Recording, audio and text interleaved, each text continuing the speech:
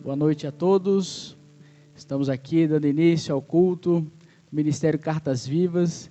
E que bom que você está aqui conosco. Então já temos aqui os irmãos também participando presencialmente conosco.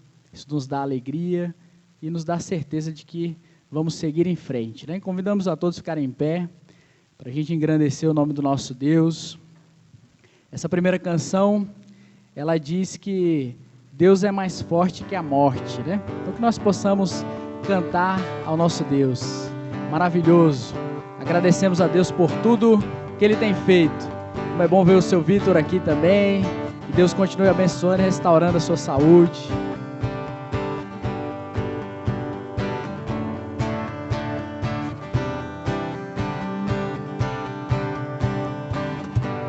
Igual a ti não há outro, é impossível.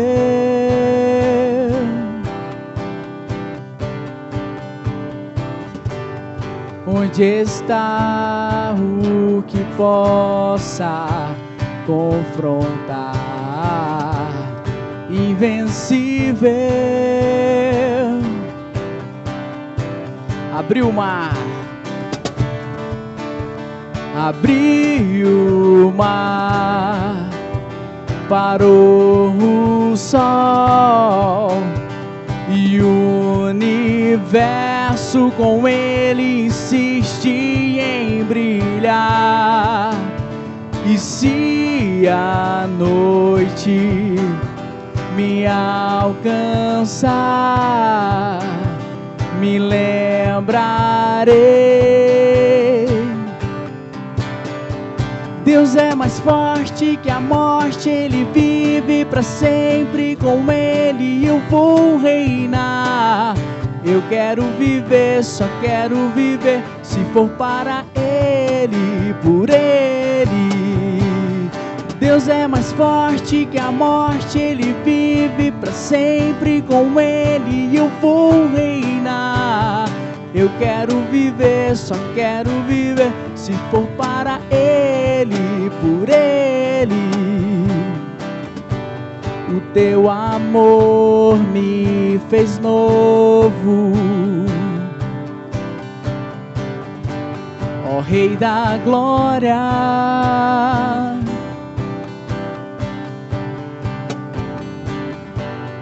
Onde está o que possa de ti me separar? Não há nada. Abriu o mar, abriu o mar, parou o sol e o universo com ele insiste em brilhar. E se a noite me alcançar, me lembrarei.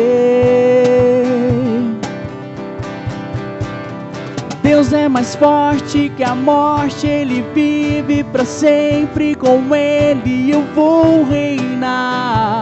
Eu quero viver, só quero viver, se for para Ele, por Ele. Deus é mais forte que a morte, Ele vive para sempre, com Ele eu vou reinar.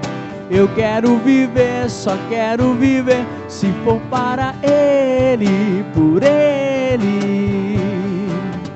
Amém, Deus. Como diz essa canção, que Deus fez que o mar se abrisse. Deus, num dado momento da história bíblica, os homens estavam na guerra, Josué ora a Deus, e Deus foi capaz de parar o sol, para que aqueles homens continuassem a batalha. E a noite não chegou. Por quê? Porque Deus é Deus. Então, você possa crer nesse Deus que parou o sol, nesse Deus que abriu o mar, e nesse Deus que venceu a morte, através de Jesus Cristo na cruz. Amém? E por isso nós vamos continuar cantando a Deus. Não importa se você está aí na sua casa, os irmãos que aqui estão conosco também estão entoando cânticos ao Deus Todo-Poderoso.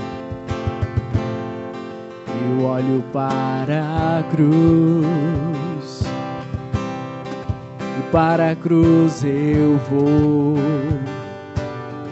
do seu sofrer participar, da sua obra vou cantar. Meu Salvador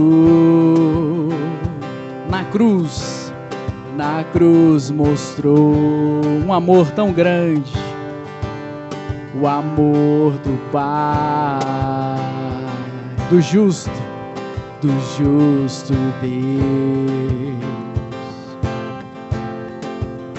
Oh, pela cruz me chamou, gentilmente me atraiu e eu, sem palavras, me aproximo, quebrantado por seu amor. Santo Deus, nos deste, ó Pai, uma vida que nós não merecemos, porque a Tua graça se fez presente através de Jesus Cristo. Santo é o Senhor. Imerecida a vida, de graça recebi, por sua cruz. Da morte me livrou, trouxe minha vida, e eu estava condenado, mas agora pela cruz, diga com fé, eu fui reconciliado.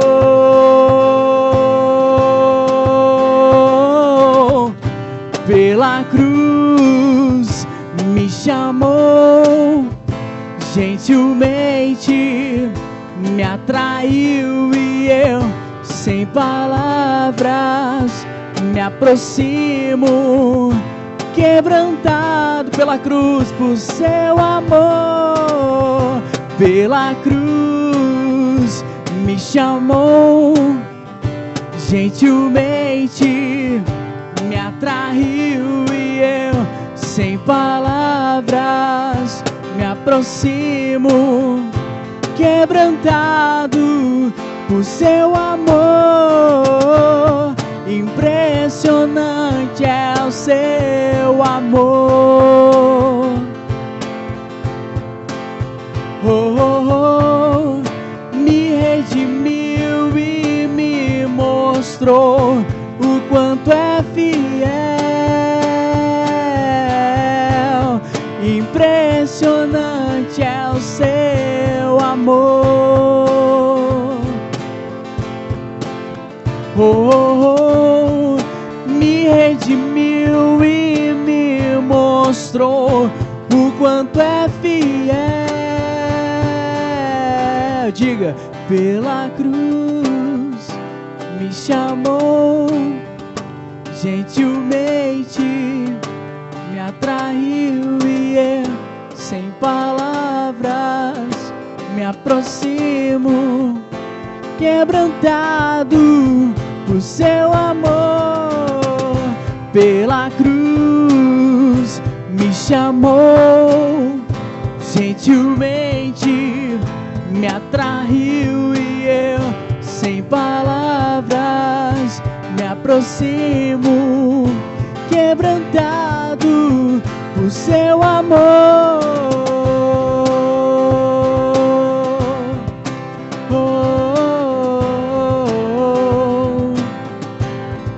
Oh Deus, que o Senhor possa, ó Pai, continuar a trabalhar os nossos corações, ó Pai. Santo e maravilhoso é o Senhor. Que possamos seguir em frente, ó Pai. Que possamos seguir adiante, Deus. Ao ler a Tua Bíblia, Senhor, nós encontramos dias de dificuldades. Nós encontramos, ó Pai, muitas vezes que vamos passar por aflições. Nós encontramos, ó Pai, que houveram guerras e existem sim batalhas espirituais. Mas quando olhamos também para a Bíblia, encontramos Jesus Cristo que ressuscitou e que prometeu para cada um de nós uma nova Jerusalém. E que, assim como Paulo diz, ó Pai, que a nossa cidadania não é aqui, a nossa cidadania é nos céus, com a Tua presença.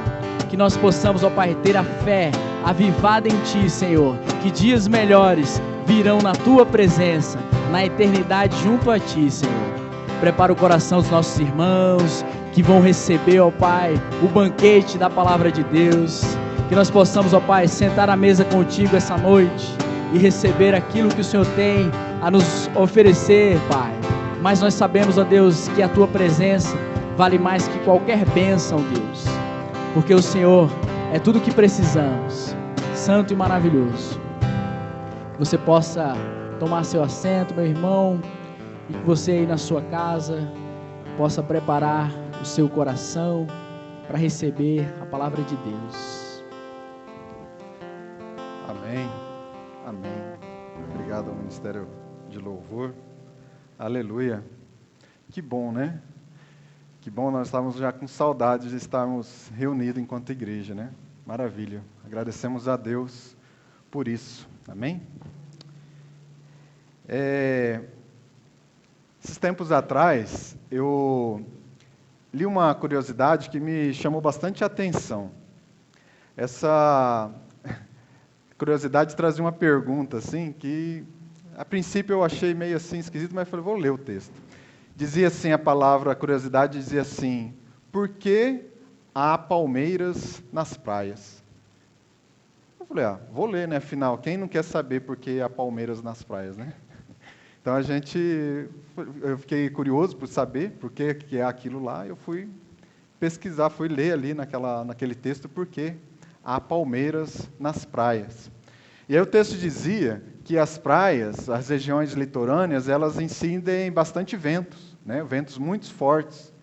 E as palmeiras, né? Elas, pelo fato delas ter o caule flexível, né? Ela, quando o vento passa, ela fica meio tortinha ali. Lembra daquele desenho, daquela imagem que a gente vê assim as palmeiras, assim, as folhas, né? Então, as folhas delas, elas têm um formato de pena, né? Olha que interessante, a folha da palmeira tem o mesmo formato de uma pena de uma ave. Olha que interessante. E por causa desse formato, por causa do caule flexível, acaba o vento passando e não a derrubando. Ao contrário, a outras árvores, pelo fato dela ter a copa assim, muito frondosa e o caule às vezes bem rígido, o que acontece? Quando o vento vem, cria-se uma grande resistência ao vento e essas árvores acabam por ser arrancadas, acabam por ser quebradas o seu caule. Olha que interessante. Tanto as palmeiras como as árvores, elas recebem os ventos fortes.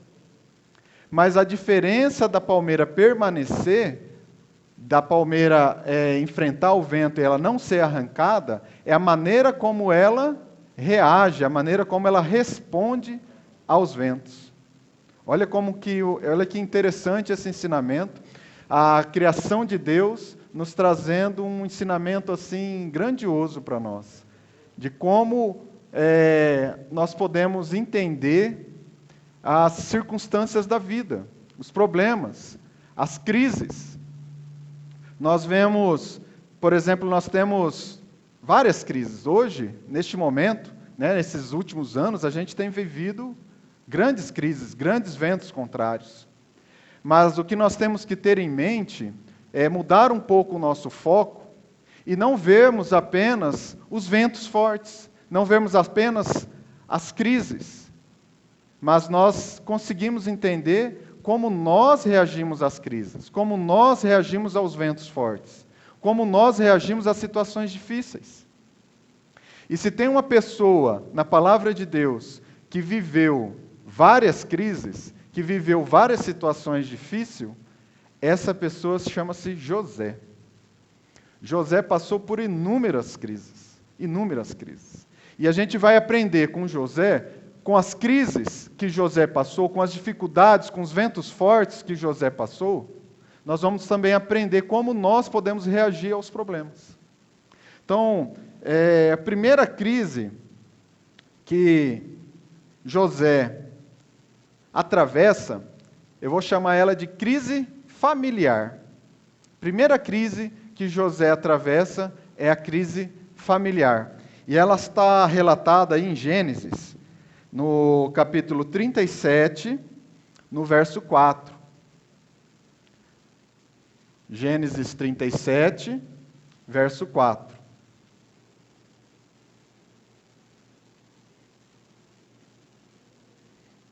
Amém? Diz assim a palavra aí, Gênesis 37, verso 4. Quando os seus irmãos viram que o pai gostava mais dele do que de qualquer outro filho, odiaram-no e não conseguiam falar com ele amigavelmente. Olha a situação que José estava enfrentando. O pai tinha uma preferência. Por quê? Porque José, ele era tido como o filho que ele tinha na velhice, na sua velhice. E ele tinha uma preferência, gostava mais de José do que dos outros. E deu ao filho José, ao filho querido, ele deu uma túnica longa, uma túnica colorida. E isso despertou nos outros irmãos inveja, ciúme, a ponto da palavra de Deus dizer assim, ó, eles o odiaram e não conseguiam falar com ele amigavelmente. Não havia diálogo naquela casa. O que imperava naquela casa era o ódio, a inveja, a disputa. E não pensem vocês que a briga, a inveja, o ciúme era apenas pelo carinho do pai, pela atenção do pai. Aqui, eles estavam disputando também, havia uma disputa por herança. Havia uma disputa por herança, pela primogenitude. Então, ao fato dos irmãos verem que o pai, ele gostava mais de José, os irmãos começaram a odiá-lo, não só pelo carinho dispensado a José, mas também com a possibilidade de José ser mais abençoado na hora da partilha da herança. Não é verdade? Quantas famílias não estão sendo destruídas, desestruturadas por partilhas de herança, pelo poder, pelo dinheiro. Nós vemos famílias inteiras se ruindo, porque não houve da parte do pai um planejamento sucessório. Às vezes o pai não conseguiu fazê-lo. E aí você vê disputas judiciais que se arrastam durante anos. E aí impera o ódio, impera os ciúmes, impera sentimentos que não deveriam estar no seio de uma família. E não é só isso que vem destruindo as famílias. Não é apenas dinheiro, apesar de ser um fator muito importante. Nós vemos famílias sendo destruídas pelo adultério, pela pornografia, pelo vício em jogos. Nós vemos famílias sendo destruídas pela inversão de papéis, pela falta de sacerdócio no lar. Famílias inteiras estão ruindo, desestruturando por causa dessas coisas. José também enfrentou a mesma situação, José enfrentou a mesma crise. E como que José, ele enfrenta essa disputa pela herança, enfrenta essa desestruturação no lar? Como que José consegue vencer e superar essa crise? Lembra que eu falei a questão da palmeira? A questão não é o problema, não é o vento, não é as situações difíceis. Por quê? Porque elas vêm. Duas coisas que a gente tem certeza na vida, né? Uma é a morte e a segunda é que nós iremos passar em algum momento por alguma situação difícil. Em algum momento da nossa vida, nós enfrentaremos crises. Em algum momento na nossa vida, nós enfrentaremos ventos contrários. Mas nós podemos olhar de outra forma. Ao invés de nós olharmos para o problema, para o vento, para situações difíceis, nós temos que começar a refletir como nós respondemos a essas situações difíceis. Como nós respondemos e superamos as crises. Aonde você tem buscado? Você tem buscado no seu próprio braço? Você tem buscado na sua própria sabedoria superar essa crise? Aonde você tem buscado forças para que você consiga superar essa crise? José conseguiu superar essa crise familiar através do perdão. Vamos abrir lá em Marcos 11.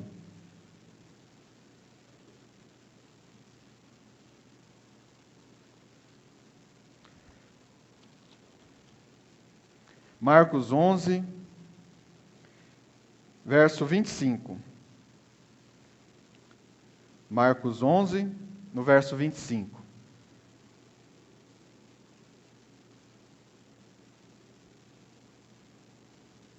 Diz assim a palavra: e quando estiverem orando, se tiverem alguma coisa contra alguém, perdoem-no, para que também o Pai Celestial lhes perdoe os seus pecados. Mas, se vocês não perdoarem, também o seu Pai que está nos céus não perdoará os seus pecados. O perdão, ele tem não só a ver com você e a outra pessoa, mas também tem a ver com você com Deus. Muitas vezes a gente acha que o perdão, ele é um prêmio. Muitas vezes a gente acha que o perdão, ele é uma sentença judicial. Ou seja, é ele que fez mal para mim, então ele que tem que pedir perdão para mim. Eu que tenho que pedir perdão, é aquele que tem que pedir perdão. Você vai entrar num julgamento onde o prêmio desse julgamento, a sentença desse julgamento é o perdão. Não é. O perdão, ele é um ato de reconciliação. Não é uma sentença de juízo. Não é um sentimento. Muitas vezes a gente vê pessoas falando assim, olha, eu não estou sentindo no meu coração perdoar. Você não tem que sentir. Você não vai sentir. Por quê? Porque não é natural ao homem. É dom de Deus. É um ato de decisão. Você vai ir lá e você vai perdoar. É um ato. Faz parte da sua vontade. Você tem que ir. Você tem que exercer o perdão. O perdão é reconciliação. É você dizer assim, olha, as ofensas que eu fiz para você, me perdoa. E as ofensas que você fez para mim, está perdoada. Vamos esquecer tudo isso, vamos deixar todas essas coisas no lago do esquecimento e vamos escrever uma história nova. Isso é perdão. Isso é perdão. O perdão não é algo que você coloca lá e depois você fala assim, olha, lembra aquela vez? E você traz novamente à tona toda a situação. Perdão é reconciliação. Reconciliação sua para com seu irmão, reconciliação sua para com sua esposa, para com seus filhos, e principalmente, reconciliação sua para com Deus. Da mesma maneira que nós perdoamos, da mesma maneira que nós reconciliamos, o Senhor Deus nos reconciliou através do seu Filho Jesus Cristo. Perdão é um ato de reconciliação. Que haja reconciliação na sua casa. Que haja reconciliação na sua família. Escrevam isso, de preferência escrevam na tábua do coração de vocês. Não há outra maneira de vocês vencerem uma crise familiar que não seja através do perdão. Não há. Uma crise familiar, uma situação difícil, um vento contrário na sua família, ele somente será vencido através do perdão. E eu falo para vocês que como que é importante a estrutura familiar na vida de qualquer ser humano. Vejam, essa não foi a primeira crise que José enfrentou. José enfrentou outras crises. Mas a crise familiar, A desestruturação da família de José foi o start para que todas as outras crises acontecessem. A crise familiar, ela startou um processo na vida de José, de crises, de abismos. Não diz o salmista? Um abismo puxa outro abismo. Se a sua família está desestruturada, a probabilidade de você enfrentar outras crises devido a essa desestruturação familiar é muito grande. Ventos contrários vai acontecer, mas se a sua família estiver estruturada, se você estiver na rocha, sua casa estiver na rocha, não é isso que diz a palavra? Ela não diz que se você estiver na rocha, ela diz o quê? Se a sua casa, a sua família estiver na rocha. Amém? A sua família. O vento vem, a tempestade vem, mas a sua casa não será derrubada. Você enfrentará essa situação. Você conseguirá romper com esse vento forte, com esse vento contrário. Porque a sua casa está firmada na rocha. Agora, se a sua família estiver desestruturada, se você não preza por isso na sua casa, homem, deixando de exercer o seu sacerdócio em casa, não buscando diante de Deus fortificar a sua própria casa, os ventos vêm e podem derrubar a sua casa, podem derrubar os seus filhos. Olha a responsabilidade do pai. Por isso que o inimigo tem cada dia mais roubado esse sacerdócio do pai, roubado, tirado o pai da presença na família. O pai está lá, a família está reunida, mas o pai não está.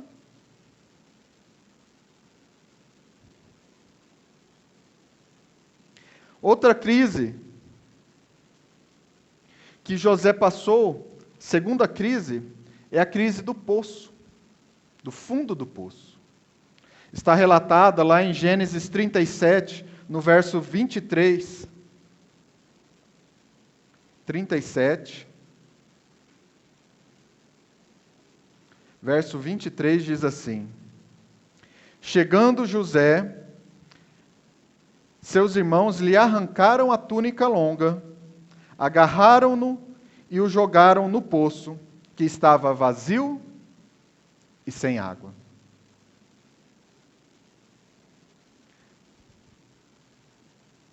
Será que nesse momento você está passando essa mesma situação? Ou você já enfrentou uma situação assim, onde você acha que você chegou literalmente ao fundo do poço? Onde nós passamos por algumas situações onde a gente acha que não há mais saída, onde a gente chega a uma situação tão complicada na nossa vida, que a gente diz, agora não há mais jeito. Você se vê sozinho, você se vê num lugar escuro, desnudo, porque lhe arrancaram a túnica. Não havia água, não havia nada. Apenas havia escuridão.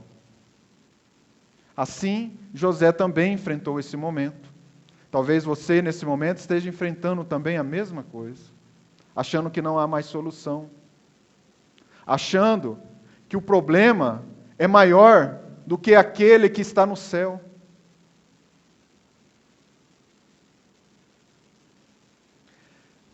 Depressão, sentimento de que você está sozinho, querer desistir, pensamentos de morte, pensamentos de suicídio.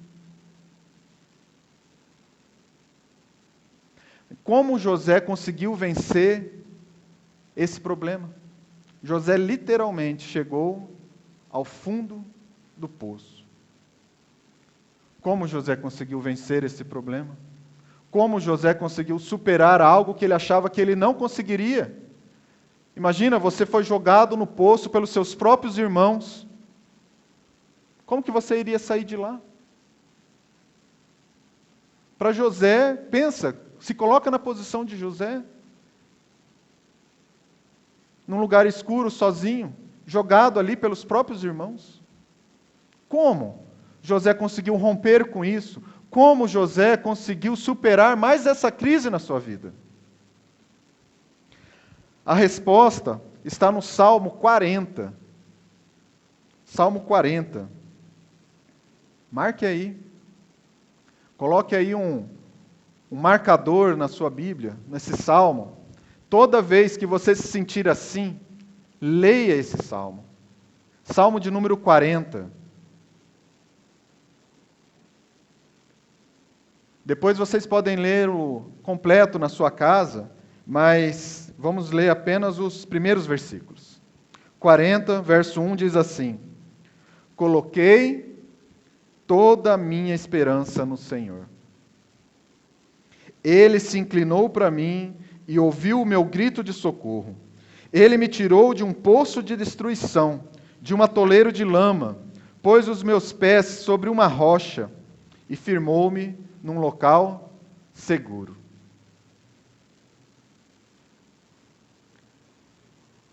José lembrou que ele servia a um Deus. E ele colocou toda a sua esperança no Senhor. É assim que a gente consegue superar essa crise, chamada crise do fundo do poço, a crise da depressão, a crise da solitude, a crise da desistência. É colocando em Deus. Ele colocou toda a sua esperança em Deus. E Deus o firmou em uma rocha. E essa rocha, ela tem nome. Essa rocha chama-se Jesus Cristo de Nazaré. Essa é a rocha que Deus vai firmar os seus pés, quando nele você coloca toda a sua esperança. Essa é a rocha que José foi tirado e foi colocado. É a rocha chamada Jesus Cristo. Não perca a esperança. Antes, coloque-a no Senhor. Não pense que não há solução para o seu problema. Não pense. Não pense que você já chegou no fundo do poço. Não pense, pois o Senhor está preparando aquele que vai estender a mão e te tirar deste lugar. Não pense. Pensamentos de morte, pensamentos de suicídio, não vêm de Deus. Não se deixe abater por isso. Gostaria de chamar a atenção de vocês que para que José saísse do poço, ele teve que aceitar a ajuda dos próprios irmãos que ali o colocaram. Deus estava tratando José com seu orgulho. José teve que romper essa barreira. José teve que romper o orgulho. José teve que romper a vergonha. E para ele sair daquela situação, ele precisava dar a mão para os seus irmãos que haviam colocado ali, que haviam ameaçado a própria vida dele. E José teve que estender a mão para os seus próprios malfeitores. E ele foi arrancado dali. E José estava prestes agora a viver a sua terceira crise. A terceira crise. Um jovem de 17 anos.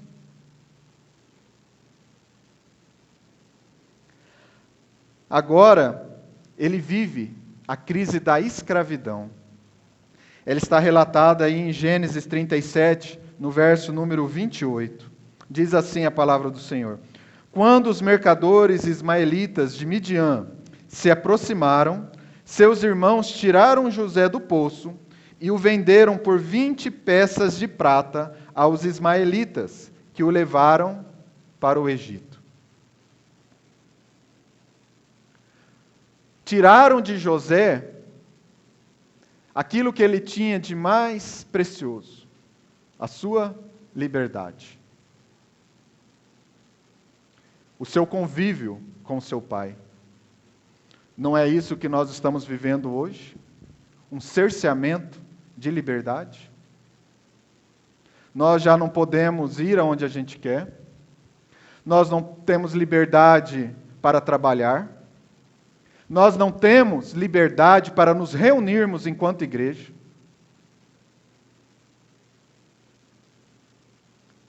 Tudo está sendo cerceado, toda a nossa liberdade.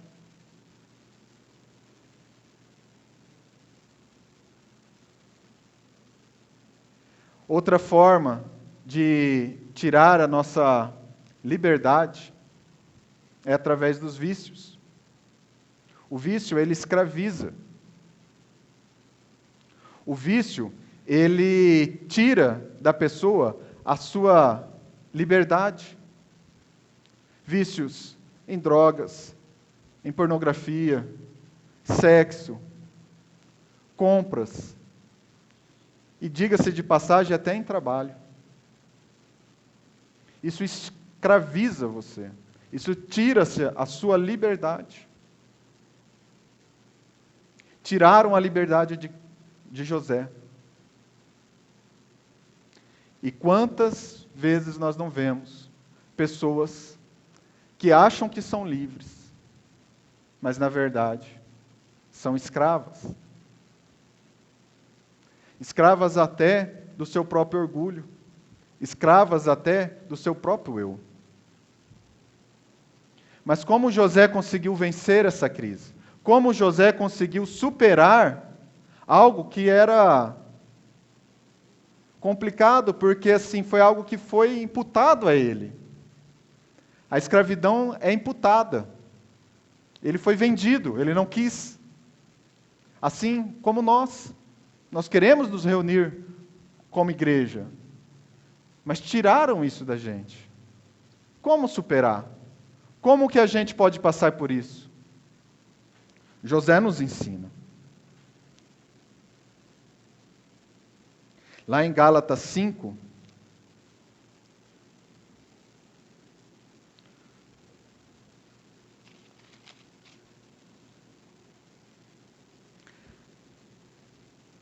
Gálatas 5, verso 1.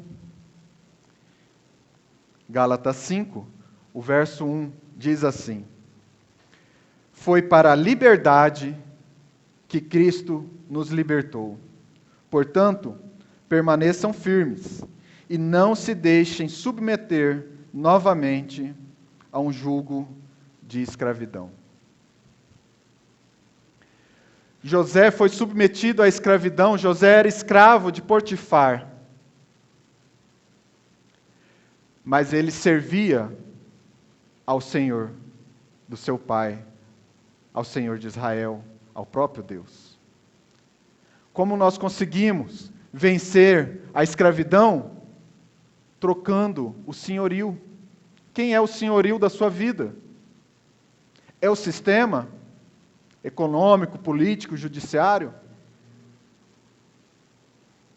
É um vício? Lembre-se, foi para a liberdade que Cristo libertou. O seu Senhor não é o vício, o seu Senhor não é a pornografia, o seu Senhor não é o dinheiro, o seu Senhor não é um cara de toga lá em cima. O seu Senhor é Deus. Deus. O Deus de Israel, o Deus de José, esse é o seu Senhor. Nós agora nos tornamos escravos de Cristo. Só que o bom de tornar escravo de Cristo é que Ele nos liberta. A verdadeira liberdade parece um contrassenso, mas a verdadeira liberdade está na escravidão a Cristo. Aí está a verdadeira liberdade. É em Cristo. Porque foi para a liberdade que Ele nos libertou. Amados, podem tirar a nossa liberdade de nos reunirmos enquanto igreja. Podem até nos jogar em uma fornalha ardente. Mas nós não devemos dobrar os nossos joelhos diante de outro Deus, que não seja o Deus de Israel, o Deus de José, Jesus Cristo. Podem nos tirar tudo, mas nós não dobraremos os nossos joelhos a outros deuses.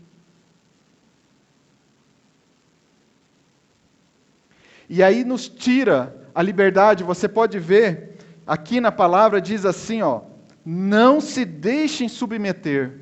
Não se deixem submeter. Aí você pode estar pensando, o que é não nos deixar submeter? Será que quando soltarem um decreto onde um prefeito, um governador, um juiz, que seja, um promotor, eles soltaram um decreto lá falando que a gente não pode se reunir, então, não nos deixar de submeter, será que significa a gente, então, desonrar ou desobedecer esse decreto? É isso que está falando aqui? Não nos deixe submeter? Será que é isso?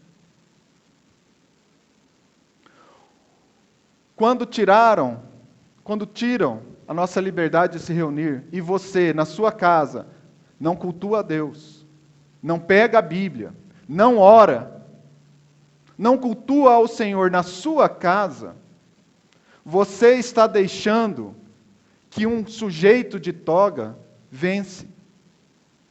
Ele se torna o senhorio na sua vida. O fato de nos reunirmos não impede de você na sua casa cultuar ao Senhor.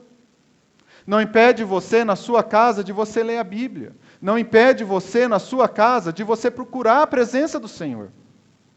Não te impede. Aí eu fico perguntando, será que a igreja está preparada para o que há de vir? Será que a igreja está preparada? Será que nós estamos preparados? Onde nós sabemos, através das palavras de Deus, que um dia, o que nós estamos vendo hoje, vai se tornar ainda mais evidente. Será que nós estamos preparados para passar por esses dias? Às vezes nos tiram 2, 3 semanas de convívio da igreja, e isso já é desculpa para a gente sequer abrir a palavra de Deus na nossa casa. Da gente buscar a Deus, da gente nos alimentarmos de um vídeo. Passa-se semanas. O que você está dizendo com isso? Que aquele sujeito de toga venceu. Porque ele conseguiu decretar na sua vida que o seu Senhor não é o Senhor, que o seu Senhor não é Deus. Podem nos tirar tudo, mas nós não dobraremos os nossos joelhos a outros deuses.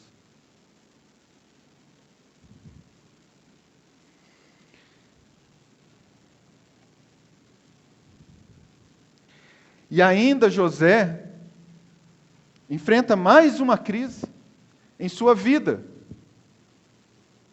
A crise que eu chamo da crise da injustiça. Ela está relatada lá em Gênesis 39, a partir do verso 11.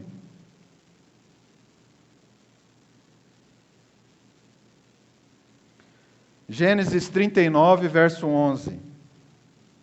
Diz assim: Um dia, ele entrou na casa para fazer suas tarefas, e nenhum dos empregados ali se encontrava. Ela, a esposa de Potifar, o agarrou pelo manto e voltou a convidá-lo. Vamos, deite-se comigo. Mas ele fugiu da casa, deixando o manto na mão dela. Quando ela viu que, ao fugir, ele tinha deixado o manto em sua mão, chamou os empregados e lhes disse: Vejam, este hebreu nos foi trazido para nos insultar. Ele entrou aqui e tentou abusar de mim, mas eu gritei. Quando me ouviu gritar por socorro, largou seu manto ao meu lado e fugiu da casa. Olha que tremenda injustiça aconteceu na vida de José.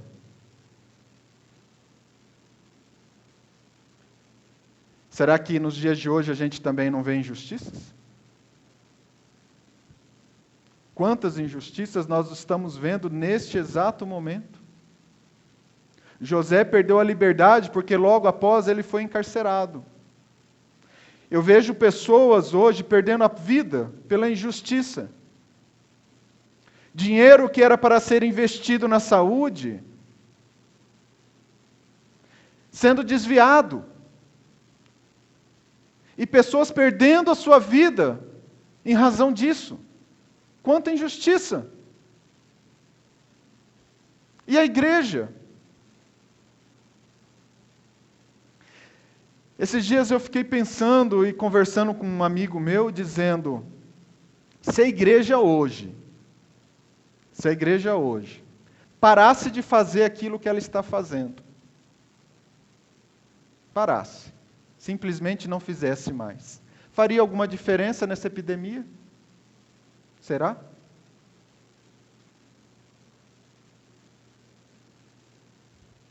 Complicado. É algo a se pensar. Será que nós estamos fazendo alguma diferença na nossa cidade? Nós, como igreja? Quantas injustiças, quantas situações difíceis, injustiça no mundo, injustiça na vida, injustiça até no ambiente religioso. Quantas vezes você já não participou de uma igreja e foi injustiçado, foi rotulado, lhe apontaram o dedo. Tantas injustiças.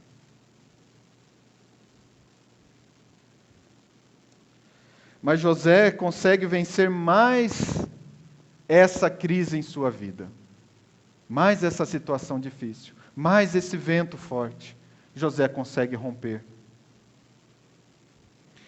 E está relatado lá em Salmo número 103,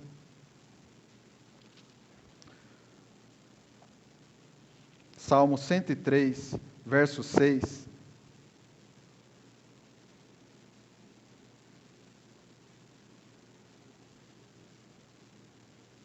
Diz assim: O Senhor faz justiça e defende a causa dos oprimidos. O Senhor.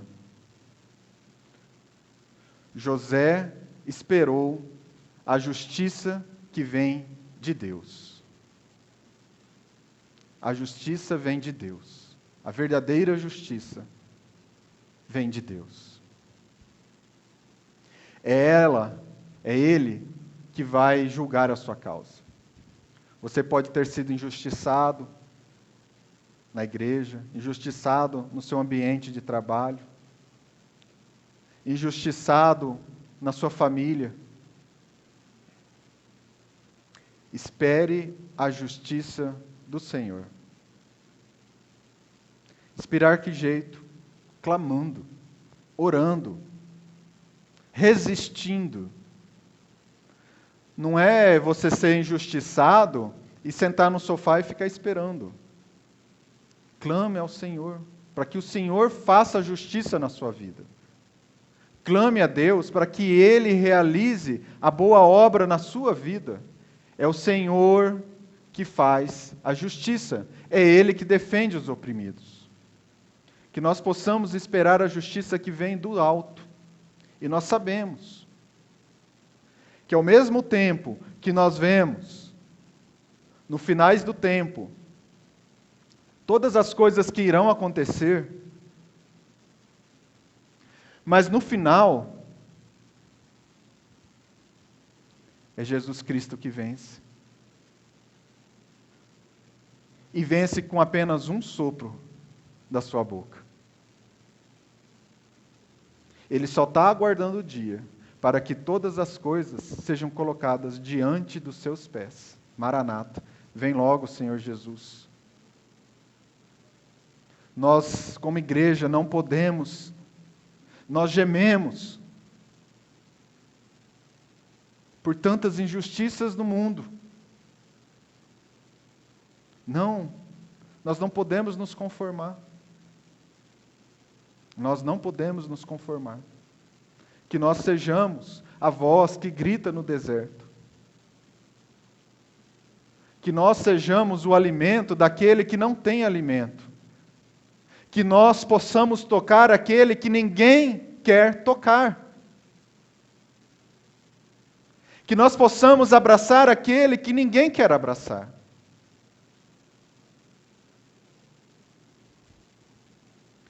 E por último, não bastasse todas essas crises, José enfrenta uma crise que eu vou chamar de crise financeira. Ela está lá em Gênesis 41, a partir do verso 28. Gênesis 41, a partir do verso 28. Diz assim: é exatamente como eu disse ao faraó. Deus mostrou ao faraó aquilo que ele vai fazer. 7 anos de muita fartura estão para vir sobre toda a terra do Egito. Mas depois virão 7 anos de fome. Então todo o tempo de fartura será esquecido, pois a fome arruinará a terra. A fome que virá depois será tão rigorosa que o tempo de fartura não será mais lembrado na terra. O sonho veio ao faraó 2 vezes, porque a questão já foi decidida por Deus, que se apressa em realizá-la. José estava prestes a enfrentar 7 anos de fome. Não foram algumas semanas, nem alguns meses, nem alguns anos. Nós já estamos desesperados, porque nós estamos há quase 2 anos enfrentando uma crise financeira. José enfrentou 7 anos. 7 anos de crise. De não ter, plantar e não nascer. 7 anos. Estava conversando com um amigo, falando assim que esse ano, agora que nós estamos vivendo, ano passado, esse ano, é os anos da vaca magra. É sobreviver. É sobreviver. É isso. E como que José conseguiu romper isso? Como que José conseguiu superar mais essa crise? Está relatado aí em Gênesis 41, no 33.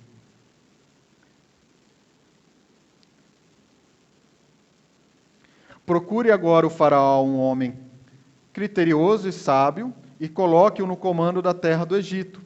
O faraó também deve estabelecer supervisores para recolher 1/5 da colheita do Egito durante os 7 anos de fartura. Provisão. Provisão. Qual é o problema? Muitas vezes a gente passa o nosso mês e a gente gasta todo e mais um pouco. A gente fica devendo até. E aí a gente não consegue segurar nem um pouquinho. Aí quando vem as vacas magras, quando vem a crise financeira, a gente não consegue superar nem uma semana. Por quê? Porque a gente não consegue se segurar quando nós estávamos na fartura. Na fartura eu digo no momento que a gente estava vivendo antes, né? Não vou nem falar fartura, mas pelo menos a gente estava vivendo tempos melhores. E agora veio a crise e a gente não consegue se segurar. Nem um mês. Por quê? Porque a gente descontrolou todas as nossas finanças durante toda a nossa vida. Mas o importante, para finalizar, é dizer que essas crises, esses ventos fortes, esses ventos contrários, eles passaram na vida de José, assim como passaram nas palmeiras, e não quebraram José. José, por assim dizer, ele superou essas crises. Porque ele colocou a sua força em Deus e buscou sabedoria em Deus. As crises, quando ela quando você tenta superar as crises, apenas com a sua sabedoria, apenas com o seu braço, é só sofrimento. Ela não vai servir de mais nada a não ser para você sofrer. Mas quando você passa pela crise, buscando força em Deus, buscando a sabedoria de Deus, essas crises, esses ventos contrários, eles servem para te fortificar, para te aproximar cada dia mais de Deus. Imagine José, se ele não tivesse passado por tudo isso, por todos esses ventos contrários, por todas essas crises, e agora ele sendo o segundo do faraó, como será que ele se comportaria? Talvez seria um segundo faraó. Talvez quando os irmãos dele aparecessem com fome na frente deles, ele não o perdoaria. Mas essas crises, esses ventos fortes, eles foram moldando e foram aproximando José daquilo que José é em Deus. Deus tinha um propósito, Deus tinha algo para José. E essas crises foram levando José, foram moldando José e foram deixando José parecidos cada dia mais com o próprio Filho de Deus, Jesus. E José teve um entendimento assim. Gênesis 45, 5, diz assim: agora, não se aflijam, nem se recriminem por terem me vendido para cá, pois foi para salvar vidas que Deus me enviou adiante de vocês. Já houve 2 anos de fome na terra, e nos próximos 5 anos não haverá cultivo nem colheita. Mas Deus me enviou à frente de vocês, para lhes preservar um remanescente nessa terra, e para salvar-lhes a vida com grande livramento. José entendeu que tudo que ele passou não era os ventos, não era as crises, era Deus aproximando ele daquilo que Deus tinha para ele, de quem Deus queria que ele fosse. Imagine você hoje, quem você é, todas as situações que você já passou, o Senhor foi te moldando e te transformando e te aproximando do propósito dele. E assim é com a sua igreja. Nós não estamos entendendo por que nós estamos passando por essa situação. Nós não conseguimos entender por que há o coronavírus, por que há o Covid, por que tantas mortes. Nós não conseguimos entender. Mas Deus está conduzindo o seu povo para que haja um remanescente, para que vidas sejam salvas.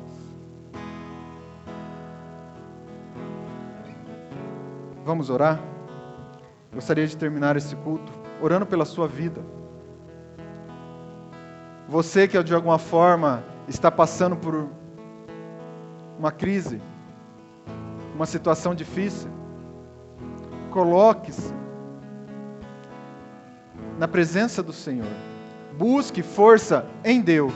Busque a sabedoria de Deus. Essa crise vai passar, em nome de Jesus. Essa situação difícil você irá vencer, em nome de Jesus. E você vencerá, para que a sua fé seja cada dia mais amadurecida. Senhor Deus, Pai de misericórdia, diante de Ti, Senhor Jesus, clamamos, Pai amado, na Sua presença, aqui na Sua casa, Senhor Jesus, reunidos em Teu nome, Pai amado. Ó Senhor Jesus, podem, Pai amado, nos tirar toda a liberdade, pode, Senhor Jesus, decretar que nós não podemos nos reunir enquanto igreja, mas, Senhor, cabe a nós não nos deixarmos, Pai amado, submetermos, Pai amado, novamente a tempos de escravidão, porque o Seu Filho nos libertou. Ó Senhor Jesus, fortifica e amadureça a Tua igreja, Senhor Jesus, pois nós não sabemos e não temos sequer noção, Pai amado, daquilo que está por vir. Mas nós sabemos, Pai amado, que o Senhor está à frente da Sua igreja, à frente do Seu povo, conduzindo, Senhor Jesus, o Teu remanescente, fortificando, Senhor Jesus, a Tua igreja, amadurecendo-nos, Pai amado, enquanto, Pai amado, igreja. Senhor, eu peço diante de Ti, Pai amado, que aquelas pessoas, Pai amado, que estão neste momento com pensamentos de suicídio, pensamentos de morte, Senhor Jesus, que acham que estão no fundo do poço, Senhor, que acham que não tem mais jeito, Pai amado, eu peço diante de Ti, Senhor Jesus, estenda a mão, retire, Pai amado, essas pessoas, ó Senhor Jesus, e as coloquem na rocha chamada Jesus Cristo. Fortifique os pés, Senhor Jesus. Em nome de Jesus, Pai amado, nós clamamos. Fortifique aqueles que estão passando por uma crise familiar. Fortifique aqueles que estão vendidos como escravos ao vício. Fortifique, Senhor Jesus, retire, liberte, Senhor. Oh, Pai amado, eu peço por aqueles, Pai amado, que neste momento são vítimas de injustiça, Senhor Jesus, que estão com fome, que estão passando, Pai amado, momentos de injustiça na sua vida, Senhor Jesus. Eu clamo e peço ao Senhor que o Senhor faça justiça, Senhor Jesus. É o Senhor que faz justiça, Pai amado. Aqueles que estão passando por crise financeira, Pai amado, eu peço diante de Ti que o Senhor não deixe faltar o pão, Senhor. Que o Senhor, Pai amado, nos ajude, Pai amado, enquanto igreja, a fazer essa ponte, Pai amado. Trazer aqueles, Pai amado, que estão precisando de uma ajuda, Senhor Jesus. A Tua casa, a Tua igreja, a esses, Pai amado, não faltará provisão. A Sua igreja se movimentará, a Sua igreja irá, Senhor Jesus, responder sim a esse chamado. Nós clamamos a Ti, Senhor Jesus. Que nós sejamos, Pai amado, a voz de justiça, a voz da Tua justiça aqui na terra. Em nome de Jesus. Amém.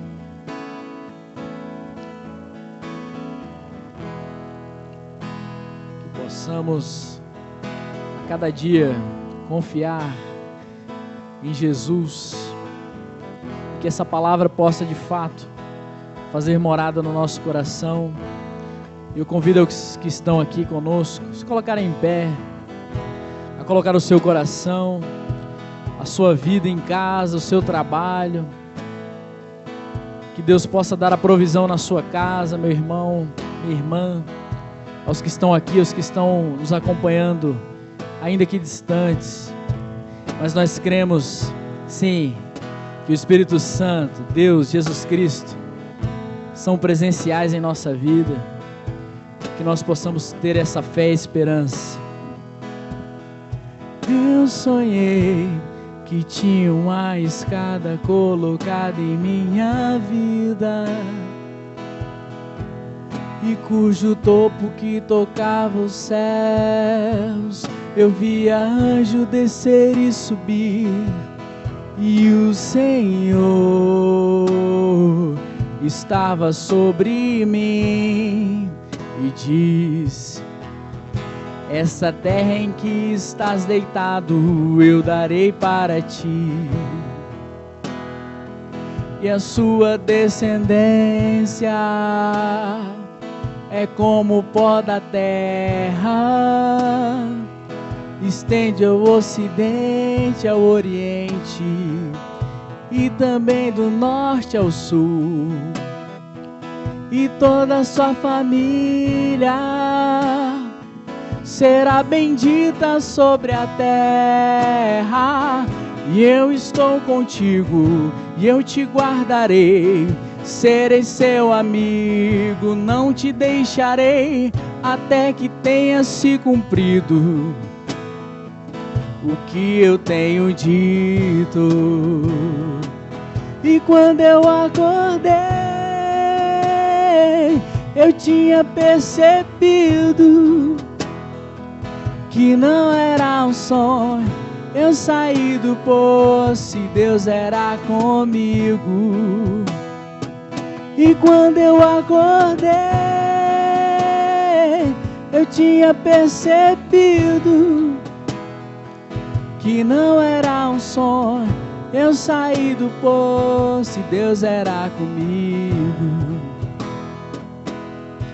Eu sonhei que tinha uma escada colocada em minha vida, e cujo topo que tocava os céus, eu via anjo descer e subir, e o Senhor estava sobre mim e diz: esta terra em que estás deitado, eu darei para ti. Enquanto canto essa canção, me vem à memória a construção do nosso templo. Que Deus possa curar pessoas, que Deus possa restaurar famílias e casamentos, ó Pai, também através desse ministério, Senhor. Santo é o Senhor e a sua descendência.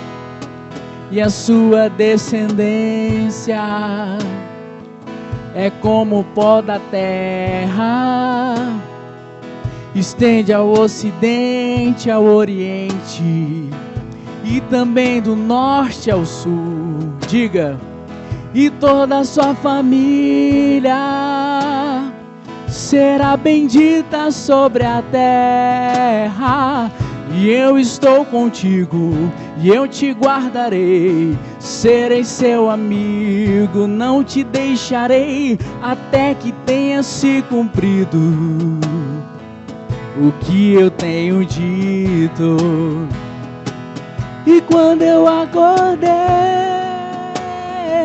eu tinha percebido que não era um sonho. Eu saí do poço e Deus era comigo. Diga com fé.